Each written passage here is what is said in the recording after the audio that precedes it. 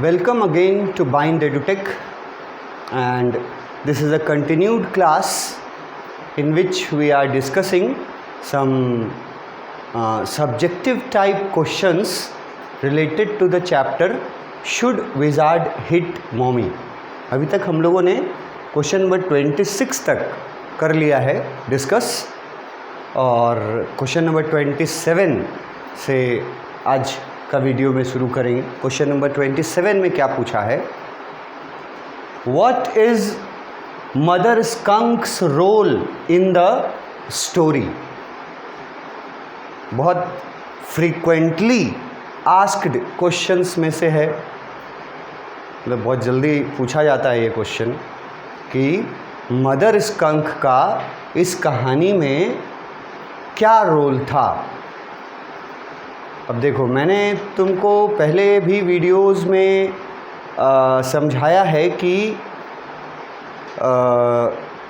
अगर इस कहानी को जो के दृष्टिकोण से देखोगे, 4 साल की बच्ची जो, उसके व्यू पॉइंट से देखोगे तो कहानी में मदर स्कंक जो है वो विलेन है अकॉर्डिंग टू जो, और विजार्ड जो है वो हीरो है, गुड पर्सन, काइंड पर्सन।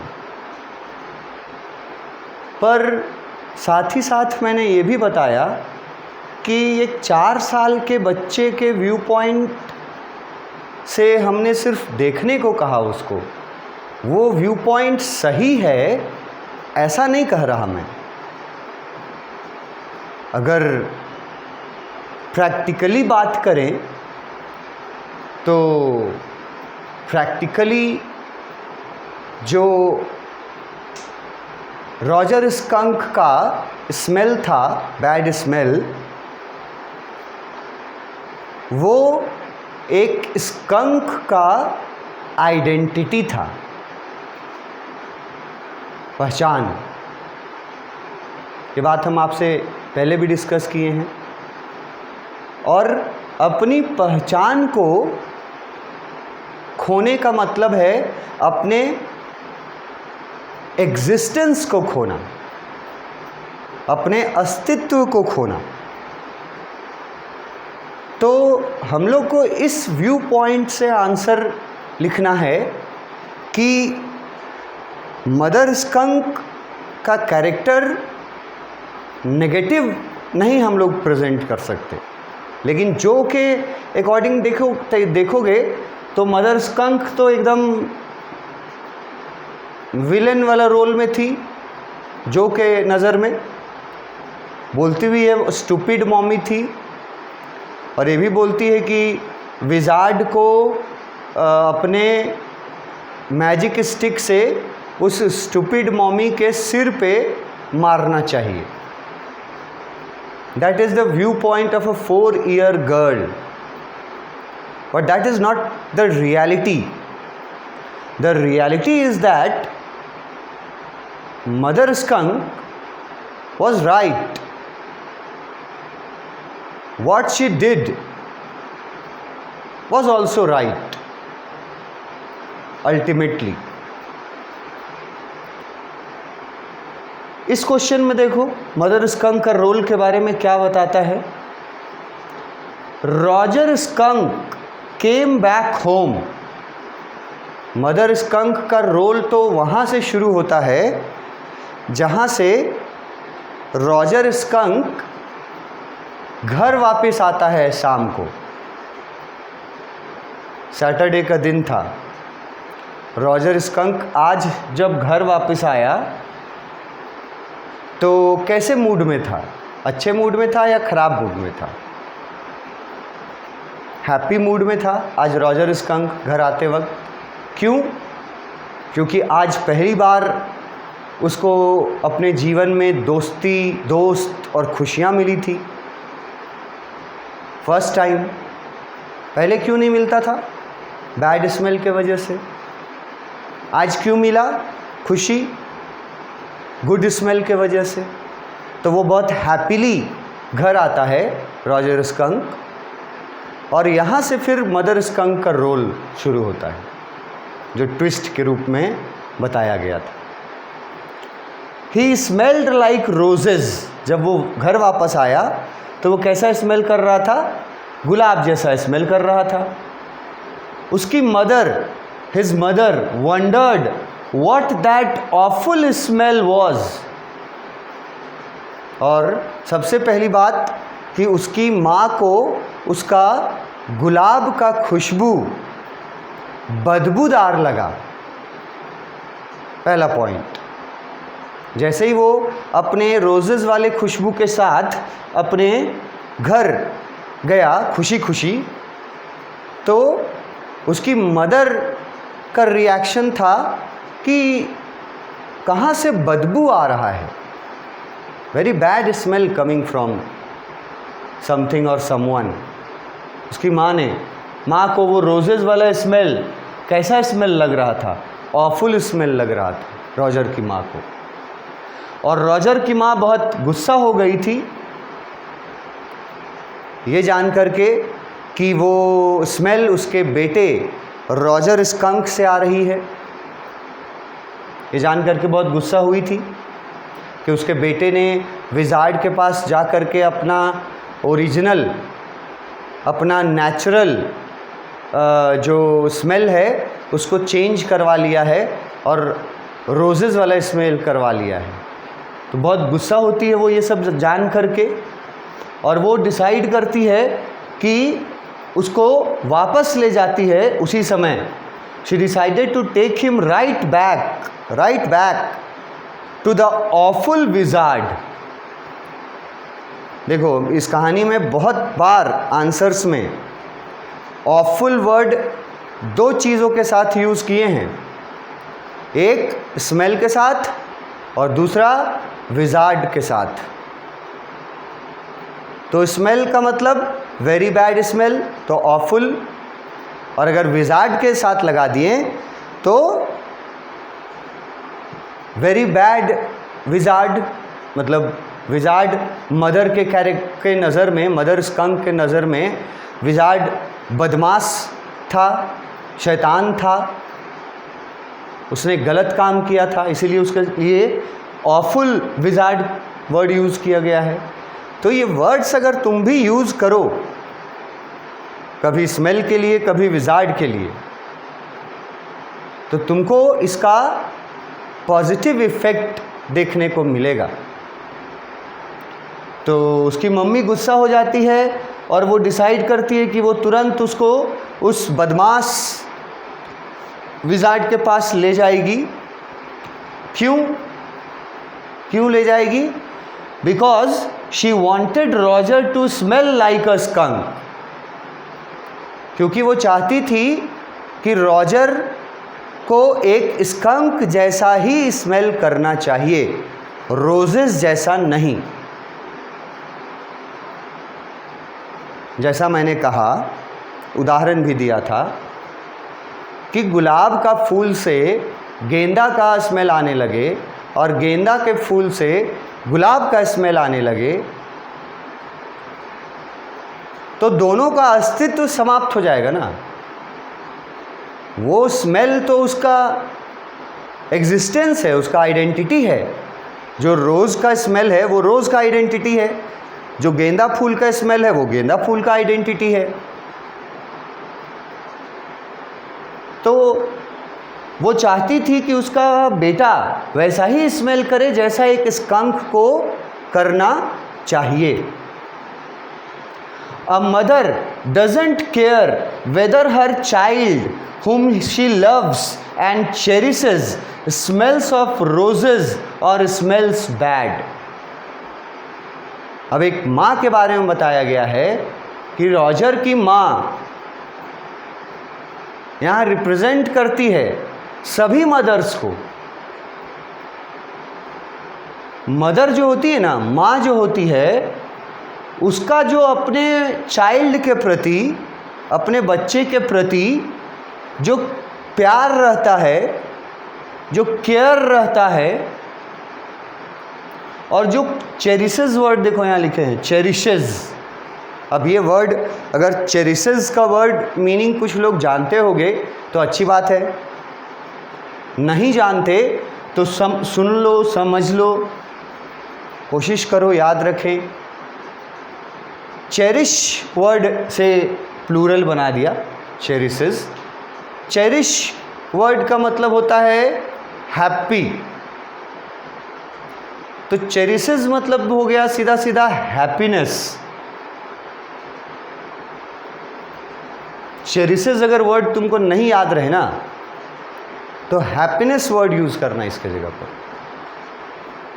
उसकी माँ चाहती थी कि रॉजर को वैसा ही स्मेल करना चाहिए जैसा एक स्कंक को स्मेल करता है। और उसके बाद एक यूनिवर्सल ट्रूथ दिया गया है यहाँ, यूनिवर्सल ट्रूथ इन लाइंस में। यहाँ बताया गया कि एक मदर के लिए, रॉजर स्कंक की मदर को समझो कि एक तरह से रिप्रेजेंट किया है, बाकी सभी मदर्स के लिए ये बोला गया कि एक माँ का जो अपने बच्चे के प्रति प्यार होता है, लव होता है, केयर करती है और उसको हमेशा खुशियाँ देने की कोशिश करती है। एक माँ चाहे उसका बच्चा गुलाब जैसा स्मेल करे, चाहे उसका बच्चा खराब स्मेल करे,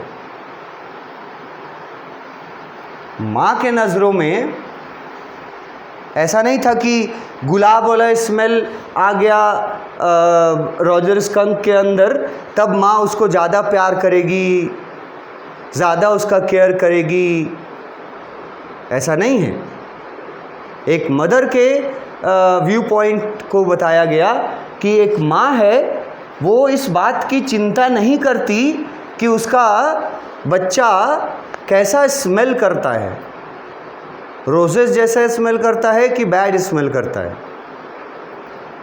वो हर हाल में अपने बच्चे को प्यार करती है, उसका ख्याल रखती है और उसके खुशियों का भी ख्याल रखती है। ये एक समझो कि मैसेज कन्वे किया जा रहा है इस स्टोरी के द्वारा। वन ऑफ द मैसेजेस कि माँ के प्यार में कमी नहीं आता है अपने बच्चों के प्रति। हिंदी कुछ लोग अगर समझते होंगे तो कहीं मैंने पढ़ा था, जो लोग हिंदी समझते होंगे, इंग्लिश वाले लोगों को शायद ना समझ में आए उतना। हिंदी अगर जो लोग पढ़ते होंगे ना, बैकग्राउंड हिंदी थोड़ा जानते होंगे, तो कहीं ऐसा लिखा हुआ मैंने पढ़ा था कि पूत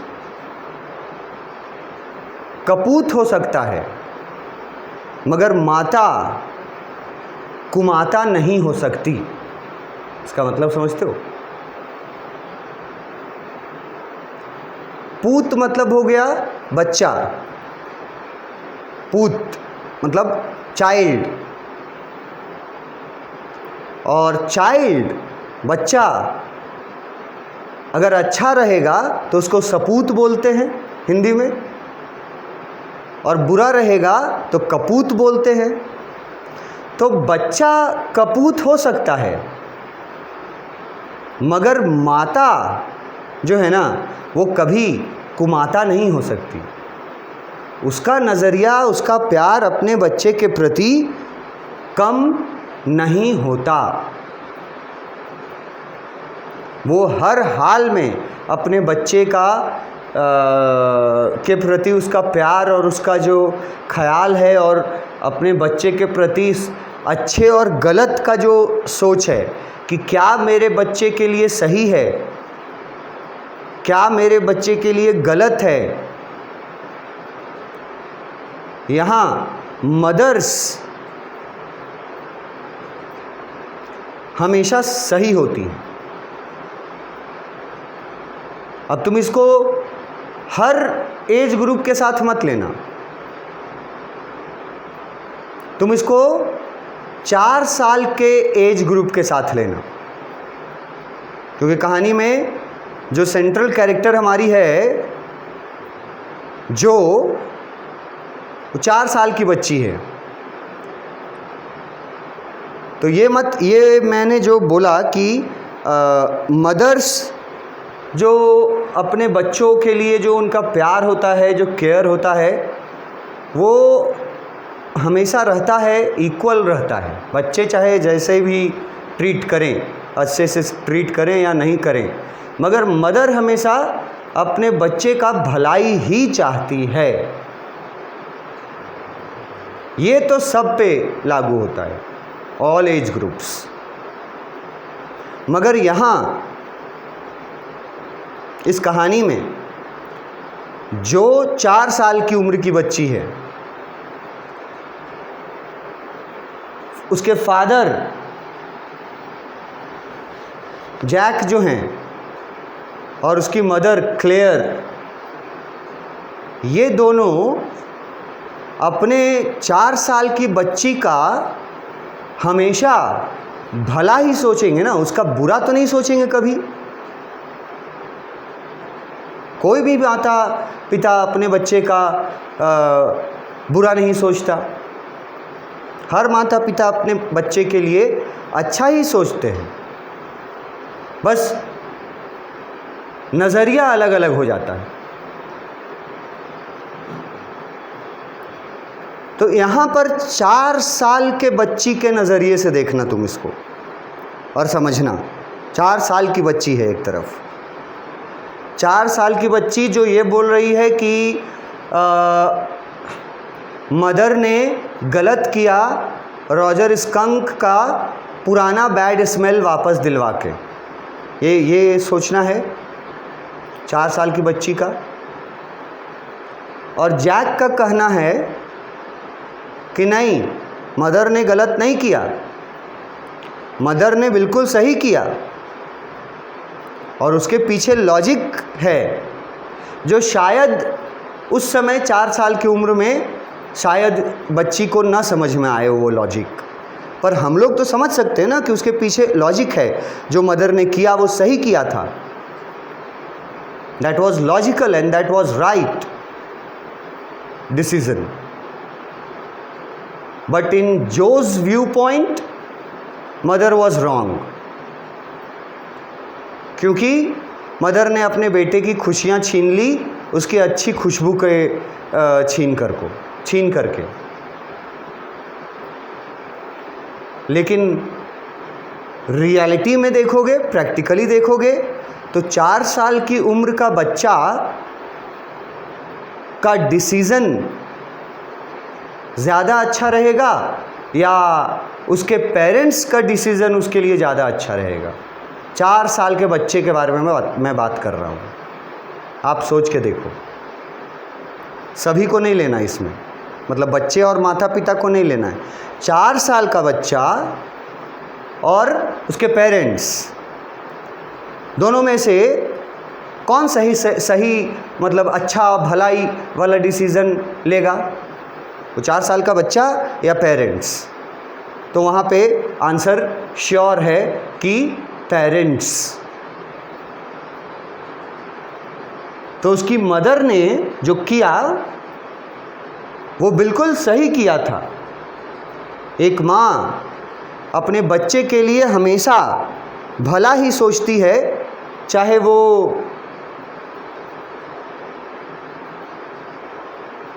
कैसा भी रहे, उसका बच्चा कैसा भी रहे। आप अपने आसपास भी देख सकते हैं कि कुछ बच्चे अगर फिज़िकली डिसेबल्ड हो जाते हैं या बाय बर्थ वो लोग फिज़िकली डिसेबल्ड रहते हैं, तो क्या उनकी माँ उनको प्यार नहीं करती? उतना ही प्यार करती है जितनी माँ एक नॉर्मल बच्चे को प्यार करती है। माँ के प्यार में कभी कमी नहीं आता। और माँ का जो डिसीज़न था, ठीक है, वो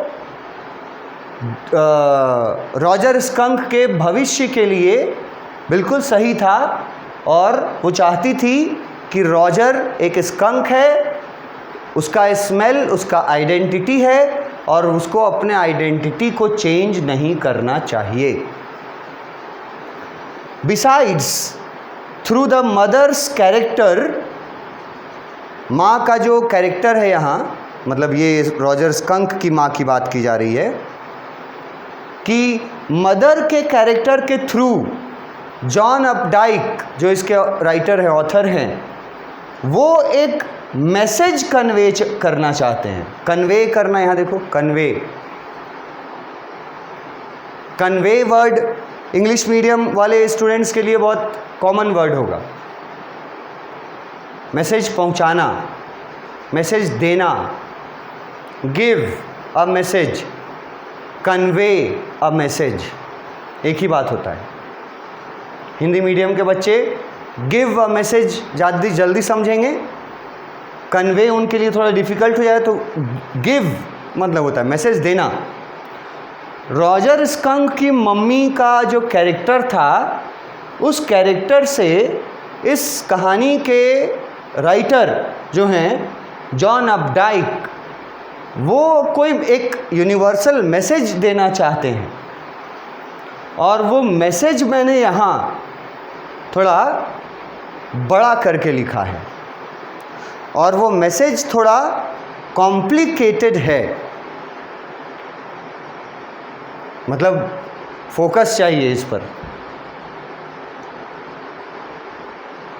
once God given identity is sacrosanct, थोड़ा डिफिकल्ट वर्ड हो गया, यहां तक ठीक था। वंस गॉड गिवन आइडेंटिटी मतलब अगर किसी को, मतलब जो जैसा पैदा होता है तो वो गॉड गिवन है ना, तो स्कंक जब पैदा लेते हैं तो गॉड गिवन है उनका बैड स्मेल, जो उनका आइडेंटिटी होता है, और उस आइडेंटिटी को सैक्रोसैंक्ट बोला गया है। सैक्रोसैंक्ट ये थोड़ा सा डिफ़िकल्ट वर्ड है, मैं भी समझता हूँ, लेकिन उसका जो मीनिंग मैंने दिया है ब्रैकेट में वो तो क्लास 12th के स्टैंडर्ड में आपको आ जाना चाहिए। सैक्रेड, बहुत सारे बच्चे होंगे जिनको ये मीनिंग अगर नहीं आता है, सैक्रेड ये वर्ड, इसको पढ़ने सीखो, बोलने सीखो, लिखने सीखो, ये बहुत जगह काम आएगा। ये वर्ड कुछ बच्चे ही याद रख पाएंगे, मैं एकदम ईमानदारी से बोलता हूँ कि ये सैक्रोसैंक्ट वर्ड जो है ये क्लास 12th के लेवल से थोड़ा ऊपर है। अगर आप याद रख पाते हैं then it is very good, excellent, but ये वर्ड क्लास 12th के ग्रेड से ऊपर नहीं है। सैक्रेड, SACRED, और इसका हिंदी मीडियम वालों को और इंग्लिश मीडियम वालों को दोनों को एक हिंदी वर्ड देता हूँ, पवित्र। ये सब कोई समझता होगा, चाहे कोई इंग्लिश मीडियम से पढ़ के आया हो, चाहे गांव के स्कूल से पढ़ के आया हो, पवित्र वर्ड सब कोई समझता है ना, वही वर्ड का है ये मतलब। सैक्रोसैंक्ट का मतलब है पवित्र। किस चीज़ को पवित्र बोला जा रहा है? आइडेंटिटी को, गॉड गिवन आइडेंटिटी को पवित्र बोला जा रहा है कि वो एक पवित्र चीज़ होती है। किसी व्यक्ति के, किसी के अंदर भी, किसी क्रिएचर के अंदर जो भी गॉड गिवन आइडेंटिटी होता है उसका, वो पवित्र होता है। And it should not be compromised. अब आ गया वर्ड कॉम्प्रोमाइज्ड। तो वैसे तो compromise word Hindi medium English medium दोनों बच्चे अच्छे से जानते हैं, पर यहाँ पे कॉम्प्रोमाइज़ का मतलब है चेंज करना, थोड़ा यहाँ अलग है मतलब कॉम्प्रोमाइज्ड का, बदलना, ठीक है। उस सैक्रेड चीज़ को, उस पवित्र चीज़ को बदल देना किस चीज़ के कारण? फॉर शैलो रीजन्स, मतलब स्मॉल रीजन्स, छोटे छोटे कारणों के लिए भगवान द्वारा दी गई तुम्हारी जो आइडेंटिटी है, जो पवित्र है, उसको, उस आइडेंटिटी को छोटे छोटे कारणों के लिए कभी कंप्रोमाइज़ नहीं करना चाहिए, मतलब कभी चेंज नहीं करना चाहिए। ये मैसेज देना चाहते हैं जॉन अपडाइक मदर स्कंक के कैरेक्टर के थ्रू। ये हमारा आंसर था, सैम्पल आंसर था, मदर स्कंक का रोल जो पॉजिटिव बताया गया है, और पॉजिटिव ही आपको भी बताना पड़ेगा, क्योंकि आप 4 साल के बच्ची के व्यू पॉइंट को सही उस कंपैरिजन टू द पेरेंट्स, आप 4 साल की बच्ची के डिसीज़न को, उसको ज़िद के को सही नहीं बोल सकते।